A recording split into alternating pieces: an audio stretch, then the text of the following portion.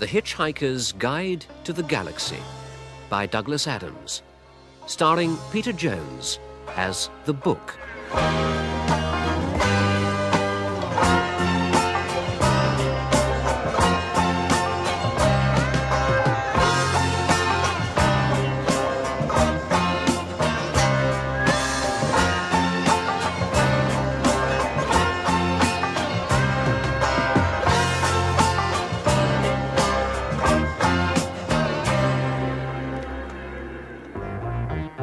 Reason notwithstanding, the universe continues unabated.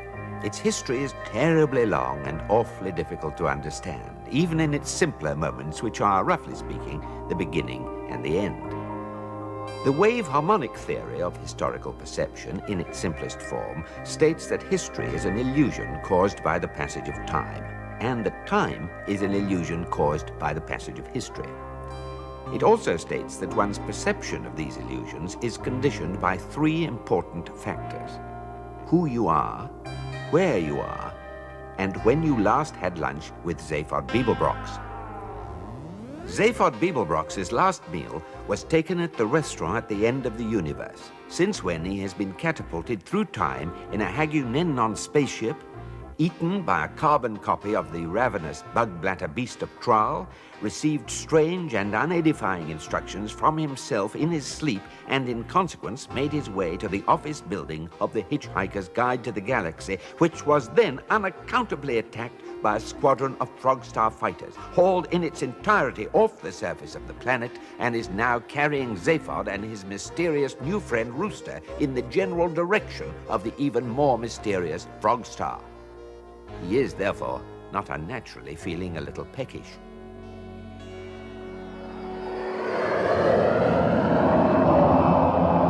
Hey, Rooster, is there anything to eat in this situation? Here, Zaphod, suck this. You want me to suck your towel? The yellow stripes are high in protein. The green ones have vitamin B and C complexes, and the little pink flowers contain wheat germ extract. What are the brown stains? Barbecue sauce. Ugh! Yeah, all right, it tastes as bad as it looks. Yes, when I've had to suck that end a bit, I usually need to suck the other end too. Why, what's in that? Antidepressants. Much has been written on the subject of towels, most of which stresses the many practical functions they can serve for the modern hitchhiker.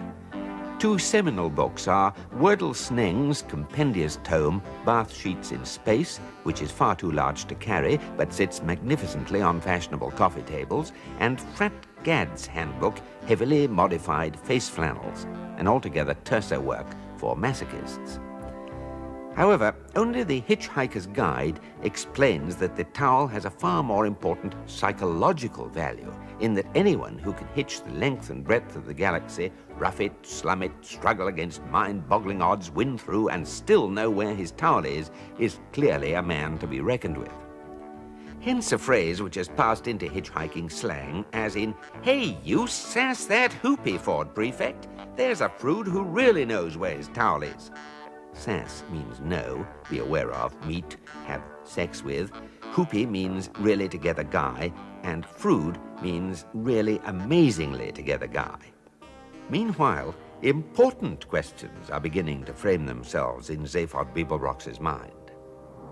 Hey, Rooster, where did you say this building was flying to? The Frogstar, the most totally evil place in the galaxy. Do they have, food there? Food? Have you the faintest idea what's going to happen to you at the Frogstar? They're gonna feed me?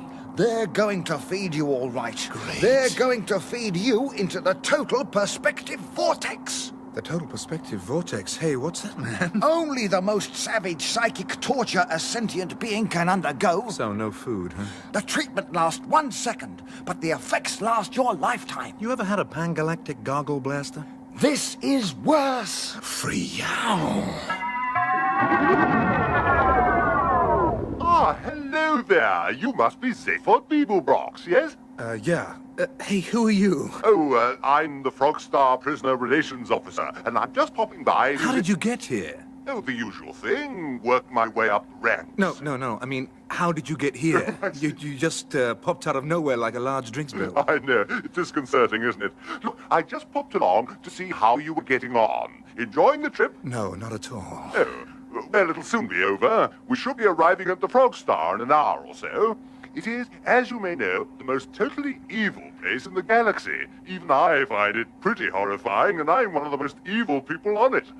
Yeah? Oh, yes, you're quite staggeringly nasty. Anyway, enough of me. How about you? Is there anything in particular you want? Be careful. What? This guy is evil. He's from the Frog Star. Ease up, man. He's just asked me if there's anything I wanted. Come on, Mr. Beeblebrox. Zephyr. What would you like? What would you really like? A steak. A big, juicy steak. Beefsteak. Yeah. Delicious. And, some wine? Algolian claret. The 91? The 94. Oh, excellent choice. Anything else? That'll do me just fine. Right. Turn the fire hoses on him. Hey, what? Enjoy your trip. Bye now.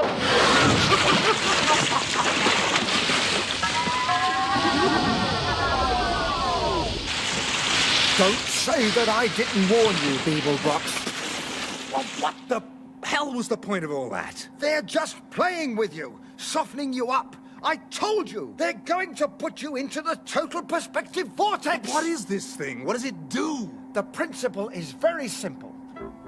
Though the principle on which the total perspective vortex works is indeed very simple, it will not for the moment be revealed.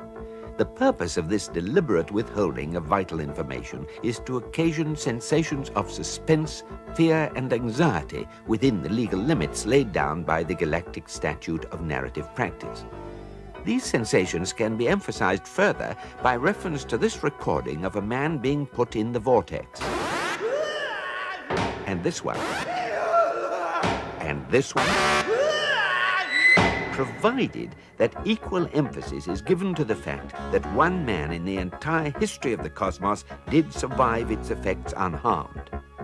To establish the identity of this man and see how he achieved it, it is now necessary to travel 2 million years backwards in time to where Ford Prefect and Arthur Dent are stranded in the primeval past of the utterly insignificant planet Earth.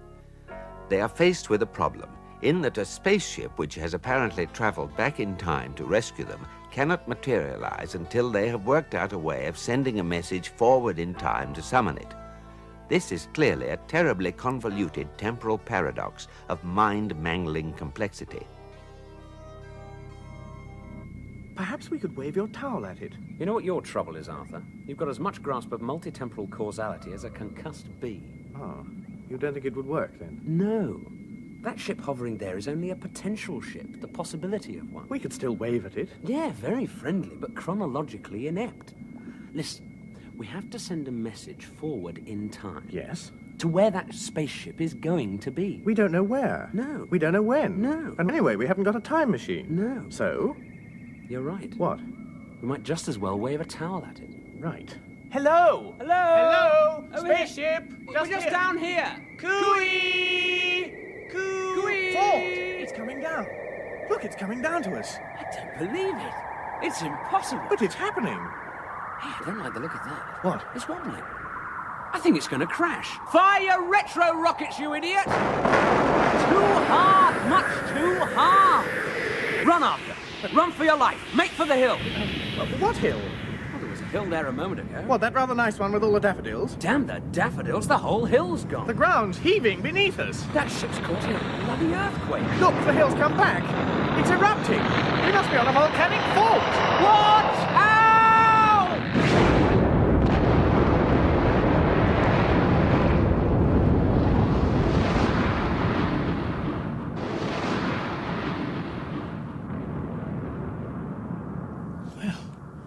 We did it. Yeah, We flagged down a logically non-existent spaceship with a towel. yeah, great. Marvelous. Wonderful. Terrific. Tell me, Arthur, Yes? this boulder we're stuck under, how big would you say it was? Roughly. About the size of Coventry Cathedral. Do you think we could move it? Just asking. Can you feel my rucksack anywhere? Here. You see, it's in these sorts of situations that it's really good to have a guide to help you. What? The Hitchhiker's Guide to the Galaxy. It tells you what to do in any eventuality. What? Even being stuck in a crack in the ground beneath a giant boulder which you can't move with no hope of rescue? Yeah. It'll have something. Watch. What to do if you find yourself stuck in a crack in the ground underneath a giant boulder you can't move with no hope of rescue. Consider how lucky you are that life has been good to you so far. Alternatively, if life hasn't been good to you so far, which, given your current circumstances, seems more likely, consider how lucky you are that it won't be troubling you much longer. It's time I did something about that book. Shame we lost the towel. What happened to it? Blew away in the wind. Fell in the river and a stream of lava rolled over it. It'll give the archaeologists something to think about. Prehistoric towel discovered in lava flow. Was God a Marks and Spencer sales assistant? What are you doing, Arthur? Feeling the rock above my head. It seems to be humming. Humming? Why should a rock hum? Perhaps it feels good about being a rock. No, I mean it's vibrating. As if it's got an engine in it. You're crazy. A rock with an engine in Who it. would want a motorized rock? Another motorized rock? Look, Ford, it's cracking. There's a hatchway opening underneath it. Wow, this is one strange rock. With the light streaming out. Did you ever see anything like that before? Not when I've been in a legal state of mind. Look, a figure silhouetted against the light. Coming down the ramp. Walking towards us. Staggering towards It's us. hard to see, so much light. He's in a bad way. He's stumbling towards a crack in the ground. Look, he's going to fall. Look out!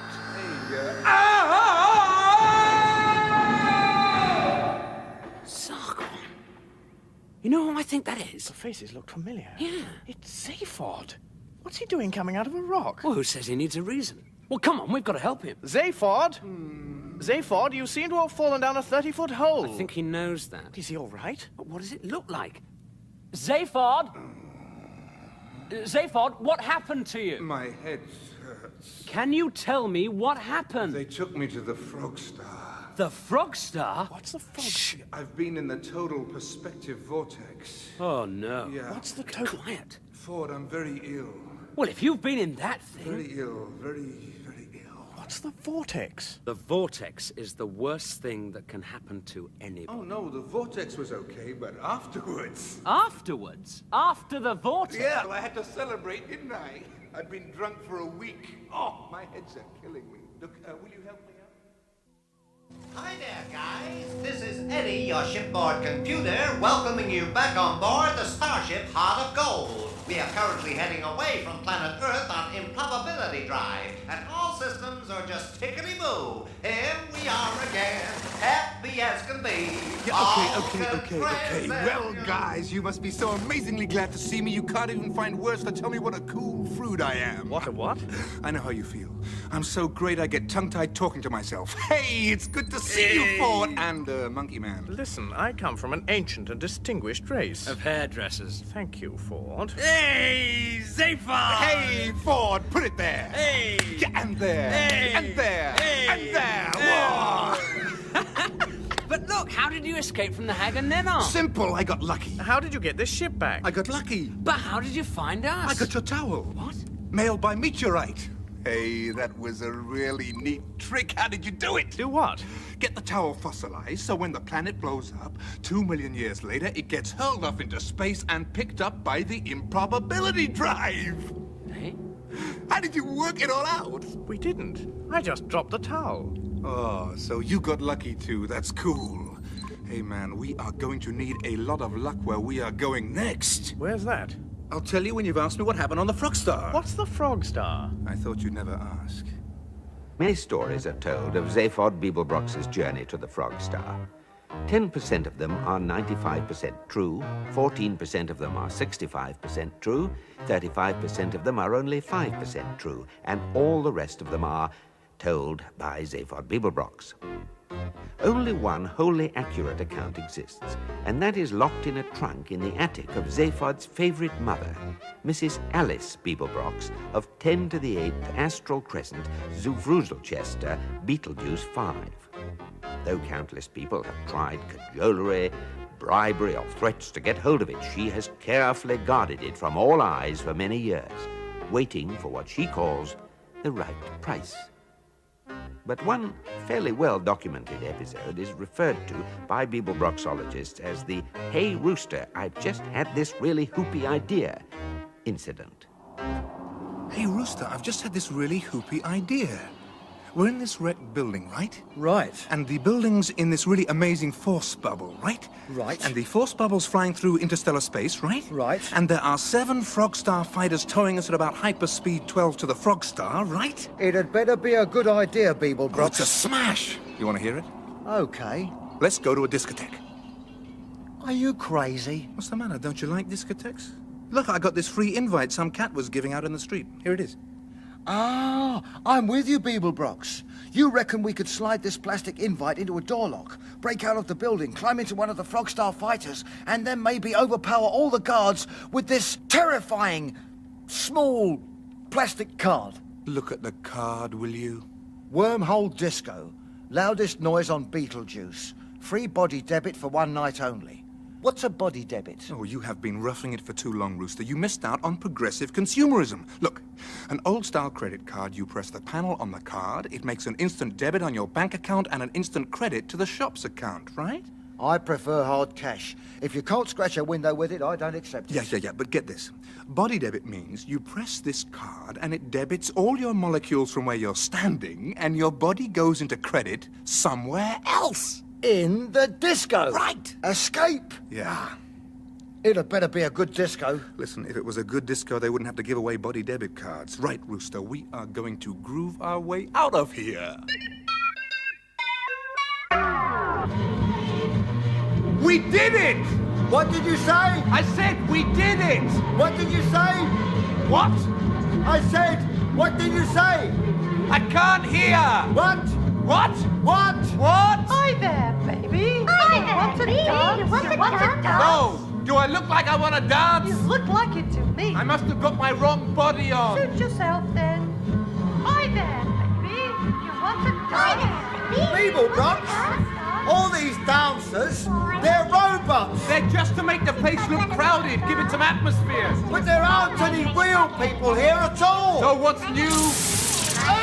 What's up? I just walked past this nozzle in the wall. It's spraying the smell of hot sweat over everything. Oh, yeah, okay, let's get out of here. Can you see a door? Yeah, it's right in the far corner. Let's go. You cannot go. You must have a good time. You must have a good Trying to time. have a good time. I'm trying to go. Turn up the music. Turn up the music. Turn up the music. Turn up the music. Oh! You must have a good time. You must go. They are passing up. Spray them with adrenaline. No. Make the lights flash. Make the lights flash faster. Faster. Flash faster. No. Let's go. Make the lights flash faster. Make the lights. Organic life forms have no sense of fun. Right. That must be the worst good time I ever had. Oh, still, we're free. There you are. Splendid. You! Hey, man, how did you get to be here? Me? I came the simple way, down the stairs. Down the stairs? To Ursa Minor?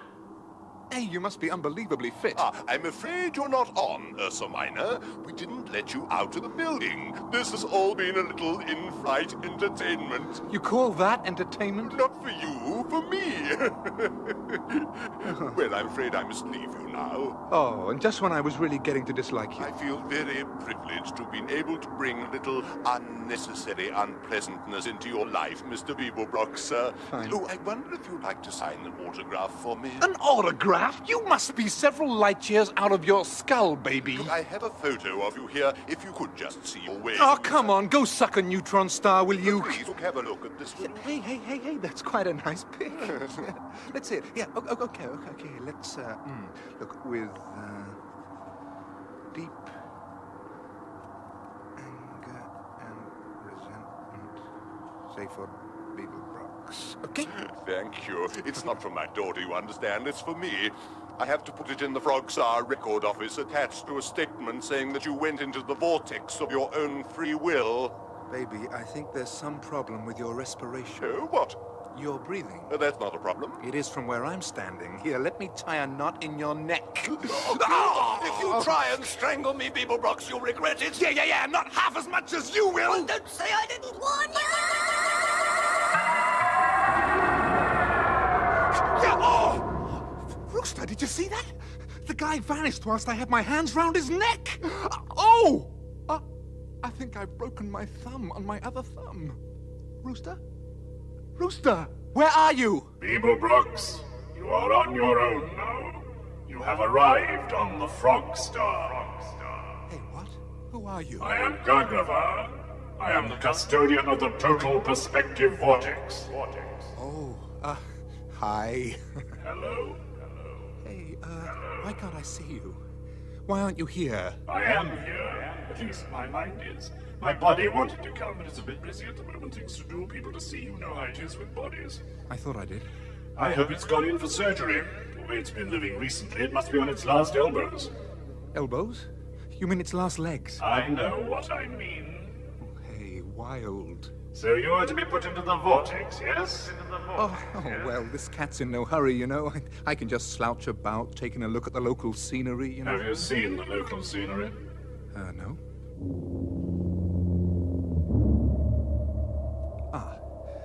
Okay, well, I'll just slouch about then. No, the vortex is ready for you now. You must come. Follow me. Yeah. How am I meant to do that? I'll hum for you. Just follow the humming. Okay. Anything for a weird life? The universe, as has been observed before, is an unsettlingly big place, a fact which, for the sake of a quiet life, most people tend to ignore. Many would happily move to somewhere rather smaller of their own devising, and this is what most beings in fact do. For instance, in one corner of the eastern galactic arm lies the great forest planet Oglaroon, the entire intelligent population of which lives permanently in one fairly small and crowded nut tree, in which tree they are born, live, fall in love, carve tiny speculative articles in the bark on the meaning of life, the futility of death, and the importance of birth control, fight a few very minor wars, and eventually die strapped to the underside of some of the less accessible outer branches. In fact, the only Oglaroonians who ever leave their tree at all are those who are hurled out for the heinous crime of wondering whether any of the other trees might be capable of supporting life at all, or indeed be anything other than illusions brought on by eating too many oglanuts. Exotic though this behavior may seem, there is no life form in the galaxy not in some way guilty of the same thing, which is why the Total Perspective Vortex is as horrific as it undoubtedly is. For when you are put in the vortex, you are given just one momentary glimpse of the size of the entire unimaginable infinity of creation, along with a tiny little marker saying, "You are here."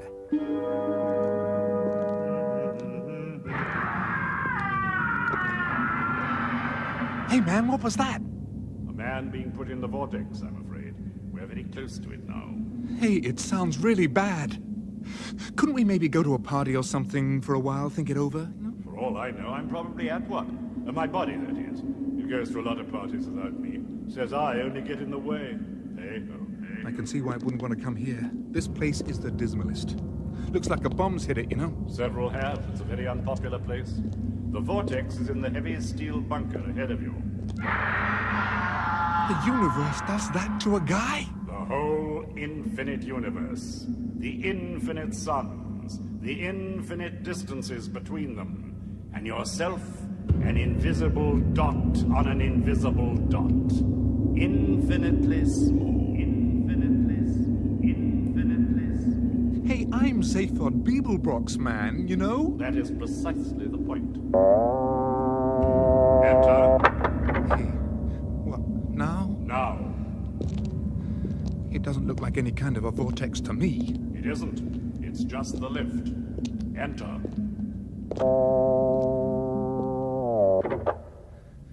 I got to get myself in the right frame of mind for this. There is no right frame of mind. You really know how to make a guy feel inadequate? I don't. The vortex does. There. The vortex. the total perspective vortex. Enter, Beeblebrox. Enter the vortex. Enter the vortex. Okay.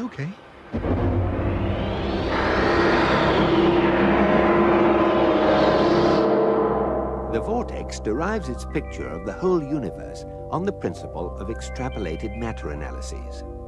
To explain, since every piece of matter in the universe is in some way affected by every other piece of matter in the universe, it is in theory possible to extrapolate the whole of creation, every galaxy, every sun, every planet, their orbits, their composition, and their economic and social history from, say, one small piece of fairy cake. The man who invented the total perspective vortex did so, basically, in order to annoy his wife. Trintragula, for that was his name, was a dreamer, a speculative thinker, or, as his wife would have it, an idiot. And she would nag him incessantly about the utterly inordinate amount of time he would spend staring out into space, or mulling over the mechanics of safety pins, or doing spectrographic analyses of pieces of fairy cake. Have some sense of proportion, she would say 38 times a day. And so he built the total perspective vortex just to show her. And in one end he plugged the whole of reality, as extrapolated from a fairy cake, and in the other end he plugged his wife, so that when he turned it on, she saw in one instant the whole infinity of creation and herself in relation to it. To Trintragula's horror, the shock annihilated her brain. But to his satisfaction, he realized he had conclusively proved that if life is going to exist in a universe this size, the one thing it cannot afford to have is a sense of proportion. And it is into this vortex that Zaphod Beeblebrox has been put, and from which a few seconds later he emerges. Hi. Beeblebrox, you're... Fine. Could I have a drink, please? You've been in the vortex? You saw me, kid. And you saw the whole infinity of creation? The lot, baby. It's a real neat place, you know that? And you saw yourself in relation to it all? Yeah. And what did you experience? It just told me what I knew all the time. I'm a really great guy. Didn't I tell you, baby? I am Zaphod Beeblebrox! Is it really true that Zaphod Beeblebrox's ego is as large as the universe? Does this actually have any bearing on anything else in the story, or indeed on anything else at all? Has everyone totally forgotten about the increasingly mysterious Zarniwoop, last heard of taking an intergalactic cruise in his office? Is it worth hanging on to find out the answers to these exasperating questions? Find out in the next unedifying episode of The Hitchhiker's Guide to the Galaxy.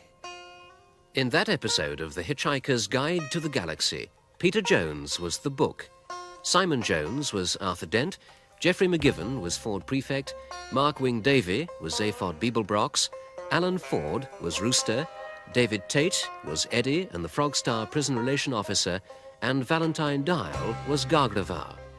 Radiophonic sound and music was by Paddy Kingsland of the BBC Radiophonic Workshop. The programme was written by Douglas Adams and produced by Geoffrey Perkins. Information about package holidays on the Frogstar can be found in the leaflet Sun, Sand and Suffering on the Most Totally Evil Place in the Galaxy.